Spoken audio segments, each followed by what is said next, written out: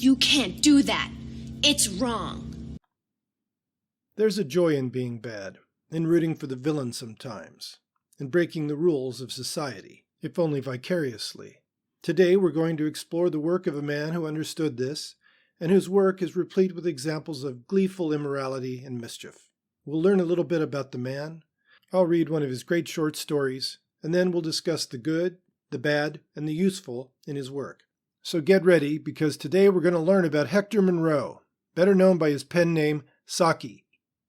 But first, do you like chills? Do you like spooky old English houses? Do you like strong female characters who aren't Mary Sues? Then read The Night Whisperer by Ornella Gray, available at Amazon. There's a link in the description. Hector Munro was born in British Burma in 1870, where his father was serving as an Inspector General for the Imperial India Police. When Hector's mother got pregnant for the 4th time in Burma, it was deemed too dangerous for her to endure yet another pregnancy in the tropics, and the family went to England. In the safe bosom of her native land, while crossing a field, she was charged by a cow, miscarried, and died of complications. 2-year-old Hector and his older brother and sister were placed in the care of a gentle paternal grandmother and 2 spinster aunts, the eccentric Tom and the domineering Augusta, who were bitter rivals. In this cloistered, regimented, and repressive environment, the children turned to each other and to their imaginations for solace, especially young Hector's. Though the youngest, he was the ringleader of the nursery. His Aunt Augusta, stubborn, unimaginative, unfeeling, and strict, provided the template for many of Saki's villains, as well as the targets for his smarter characters' machinations. Hector grew up to be mischievous and sometimes pugnacious. Like the denizens of his stories, he sometimes played elaborate pranks. He detested stinginess, and the brunts of his hoaxes were usually people or establishments that betrayed this quality. When the Hotel des Îles in Davos refused to participate in joint winter festivities with the other hotels, Hector sent invitations to the guests of all the other nearby hostelries to attend a non-existent play at the offending hotel. He was also known to leave an ungenerous friend holding the bill at a restaurant. Saki mined his childhood and life for material, and wrote many stories about children getting the better of authority figures. After leaving school, Hector attempted to follow his father's footsteps. He joined the Burmese police, but a series of fevers, probably malaria, sent him packing back to England. This led him to go into journalism, which was to be the launchpad for his fiction writing. In 1900, he published The Rise of the Russian Empire, a history book. He adopted the pen name Saki after a character in the Rubaiyat of Omar Khayyam, and in 1902 came one of his first creative works, a series of caricatures spoofing politicians that were compiled into a volume titled The Westminster Alice, a parody of Alice in Wonderland. He then gravitated toward the medium that would best showcase his genius, the short story. Saki developed a distinctive style and tone and subject matter. His characters are typically of the upper classes, denizens of country houses and drawing rooms. The stories often deal with some social conflict that must be overcome, or focus on some strange event or phenomenon. Many stories feature a Sakian hero, especially Reginald or Clovis, who solves a social dilemma or inflicts punishment on an annoying person. The Sakian hero is a man of leisure, detached, dandified, witty, perceptive, inventive, and morally unpredictable if not amoral. When such a character is unleashed upon prim, conformist Edwardian society, the results are delectable. And now let's read one of Saki's stories. Moral Vera by Saki. The Olympic Toy Emporium occupied a conspicuous frontage in an important West End street. It was happily named Toy Emporium because one would never have dreamed of according it the familiar yet pulse-quickening name of toy shop.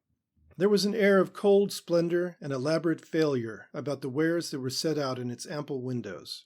They were the sort of toys that a tired shop assistant displays and explains at Christmas time to exclamatory parents and bored, silent children. The animal toys looked more like natural history models than the comfortable, sympathetic companions that one would wish, at a certain age, to take to bed with one and to smuggle into the bathroom. The mechanical toys incessantly did things that no one could want a toy to do more than half a dozen times in its lifetime. It was a merciful reflection that, in any right-minded nursery, the lifetime would certainly be short. Prominent among the elegantly dressed dolls that filled an entire section of the window frontage was a large, hobble-skirted lady in a confection of peach-colored velvet, elaborately set off with leopard skin accessories, if one may use such a conveniently comprehensive word in describing an intricate feminine toilet. She lacked nothing that is to be found in a carefully detailed fashion plate. In fact, she might be said to have something more than the average female fashion plate possesses. In place of a vacant, expressionless stare, she had character in her face. It must be admitted that it was bad character, cold, hostile, inquisitorial, with a sinister lowering of one eyebrow and a merciless hardness about the corners of the mouth. One might have imagined histories about her by the hour, histories in which unworthy ambition, the desire for money, and an entire absence of all decent feeling would play a conspicuous part. As a matter of fact, she was not without her judges and biographers, even in this shop window stage of her career. Emmeline, aged 10, and Bert, aged 7, had halted on the way from their obscure back street to the minnow-stocked water of St. James Park, and were critically examining the hobble-skirted doll and dissecting her character in no very tolerant spirit. There is probably a latent enmity between the necessarily underclad and the unnecessarily overdressed, but a little kindness and good fellowship on the part of the latter will often change the sentiment to admiring devotion. If the lady in peach-colored velvet and leopard skin had worn a pleasant expression in addition to her other elaborate furnishings, Emmeline, at least, might have respected and even loved her. As it was, she gave her a horrible reputation, based chiefly on a second-hand knowledge of gilded depravity derived from the conversation of those who were skilled in the art of novelette reading. Bert filled in a few damaging details from his own limited imagination. "She's a bad lot, that one is," declared Emmeline after a long, unfriendly stare. "Her husband hates her." "He knocks her about," said Bert with enthusiasm. "No, he don't, 'cause he's dead. She poisoned him, slow and gradual, so that nobody didn't know. Now she wants to marry a lord, with heaps and heaps of money. He's got a wife already, but she's going to poison her too. She's a bad lot," said Bert with growing hostility. "Her mother hates her, and she's afraid of her too, 'cause she's got a sarcastic tongue, always talking sarcasm, she is. She's greedy too. And if there's a fish going, she eats her own share and her little girl's as well, though the little girl is delicate. She had a little boy once," said Bert, "but she pushed him into the water when nobody was looking." "No, she didn't," said Emmeline. "She sent him away to be kept by poor people, so her husband wouldn't know where he was. They ill-treat him something cruel." "What's her name?" asked Bert, thinking it was time that so interesting a personality should be labelled. "Her name," said Emmeline, thinking hard. "Her name's Mulvera." It was as near as she could get to the name of an adventuress who figured prominently in a cinema drama. There was silence for a moment while the possibilities of the name were turned over in the children's minds. "Those clothes she got on ain't paid for, and never won't be," said Emmeline. "She thinks she'll get the rich lord to pay for 'em, but he won't. He's given her jewels, hundreds and hundreds of pounds worth." "He won't pay for the clothes," said Bert with conviction. Evidently there was some limit to the weak good nature of wealthy lords. At that moment a motor carriage with liveried servants drew up at the Emporium entrance. A large lady, with a penetrating and rather hurried manner of talking, stepped out, followed closely and sulkily by a small boy, who had a very black scowl on his face and a very white sailor suit over the rest of him. The lady was continuing an argument which had probably commenced in Portman Square. "Now, Victor, you are to come in and buy a nice doll for your cousin Bertha. She gave you a beautiful box of soldiers for your birthday, and you must give her a present on hers." "Bertha's a fat little fool," said Victor in a voice that was as loud as his mother's and had more assurance in it. "Victor, you are not to say such things. Bertha is not a fool, and she is not in the least fat. You are to come in and choose a doll for her." The couple passed into the shop, out of view and hearing of the two backstreet children. "My, he's in a wicked temper," exclaimed Emmeline. But both she and Bert were inclined to side with him against the absent Bertha, who was doubtless as fat and foolish as he had described her to be. "I want to see some dolls," said the mother of Victor to the nearest assistant. "It's for a little girl of 11. "A fat little girl of 11, added Victor by way of supplementary information. "Victor, if you say such rude things about your cousin, You shall go to bed the moment we get home without having any tea." "This is one of the newest things we have in Dole's," said the assistant, removing a hobble-skirted figure in peach-colored velvet from the window. "Leopard skin toque and stole, the latest fashion. You won't get anything newer than that anywhere. It's an exclusive design." "Look," whispered Emmeline outside. "They've been and took Morvera." There was a mingling of excitement and a certain sense of bereavement in her mind. She would have liked to gaze on that embodiment of overdressed depravity for just a little longer. "I expect she's going away in a carriage to marry the rich lord," hazarded Bert. "She's up to no good," said Emmeline vaguely. Inside the shop, the purchase of the doll had been decided on. "It's a beautiful doll, and Bertha will be delighted with it," asserted the mother of Victor loudly. "Oh, very well," said Victor sulkily. "You needn't have it stuck in a box and wait an hour while it's being done up into a parcel. I'll take it as it is, and we can go round to Manchester Square and give it to Bertha and get the thing done with. That will save me the trouble of writing 'For dear Bertha with Victor's love' on a bit of paper." "Very well," said his mother. "We can go to Manchester Square on our way home. You must wish her many happy returns tomorrow and give her the doll." "I won't let the little beast kiss me," stipulated Victor. His mother said nothing. Victor had not been half as troublesome as she had anticipated. When he chose, he could really be dreadfully naughty. Emmeline and Bert were just moving away from the window when Morvera made her exit from the shop, very carefully in Victor's arms.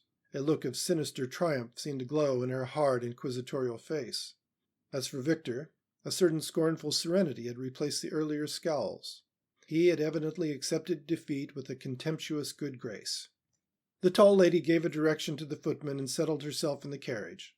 The little figure in the white sailor suit clambered in beside her, still carefully holding the elegantly garbed doll. The car had to be backed a few yards in the process of turning.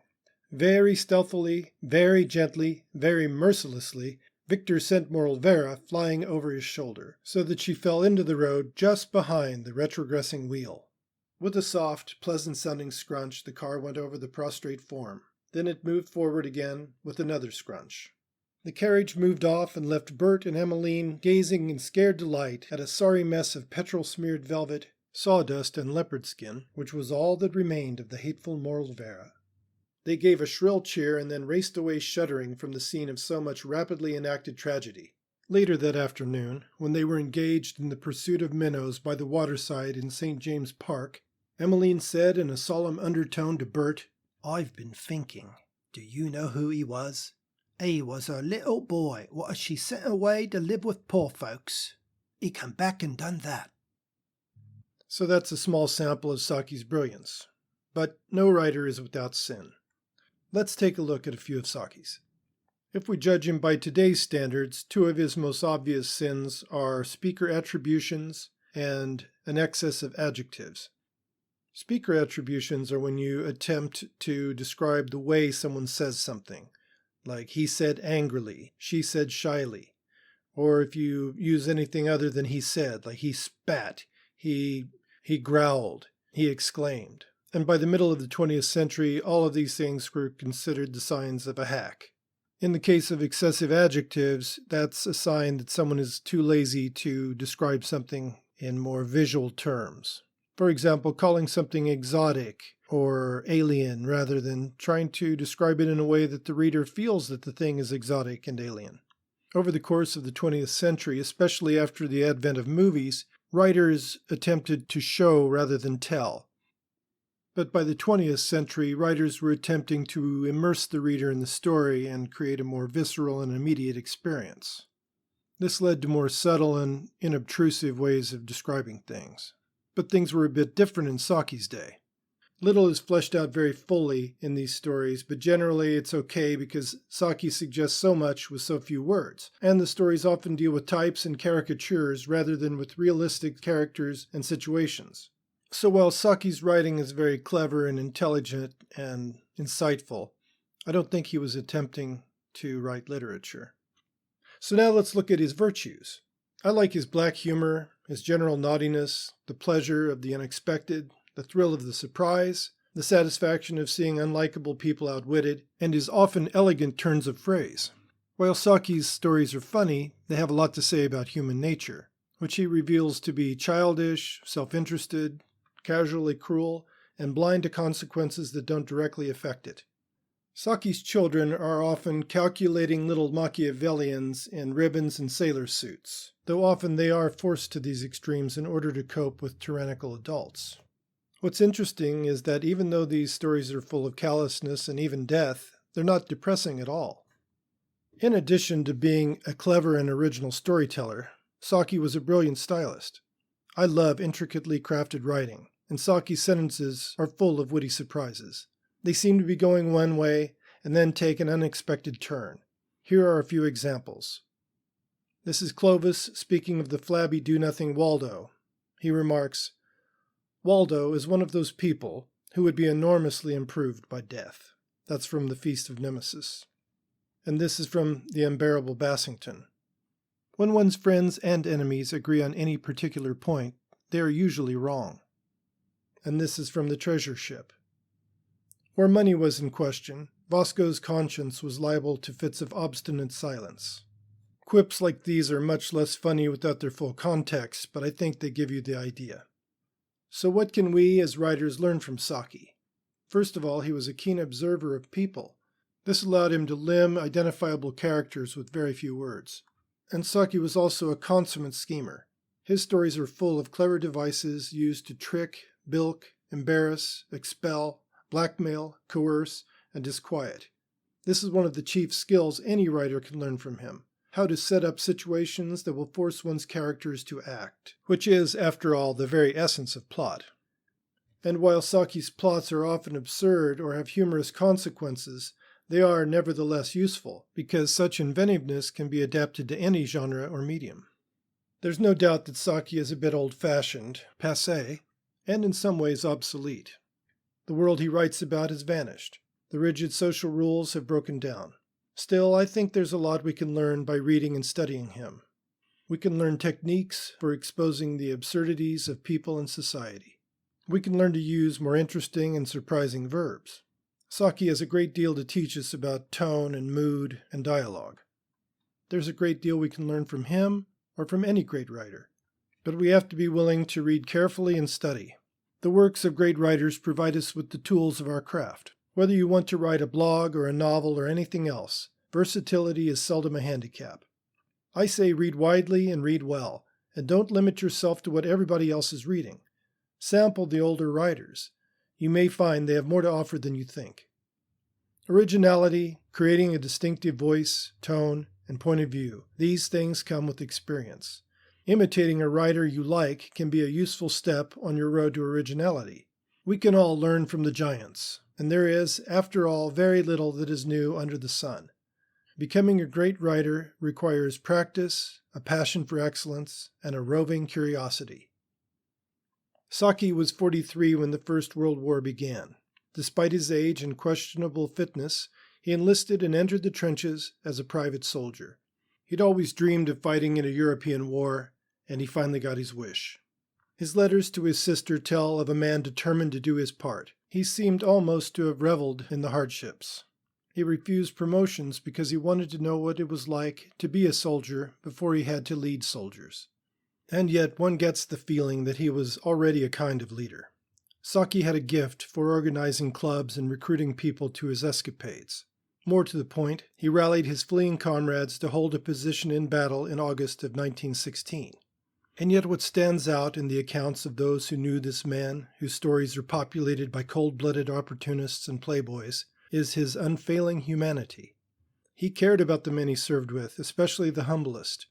He had his sister send candy to give to the poorer soldiers. He mourned the death of an illiterate comrade.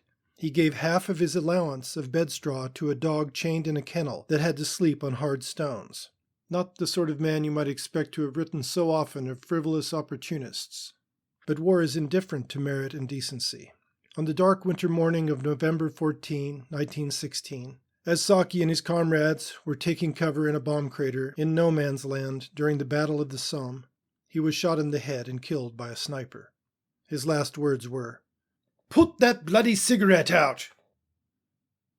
I hope you've enjoyed this video, and I'd like to leave you with a list of some of my favorite Saki stories. And until next time, happy writing.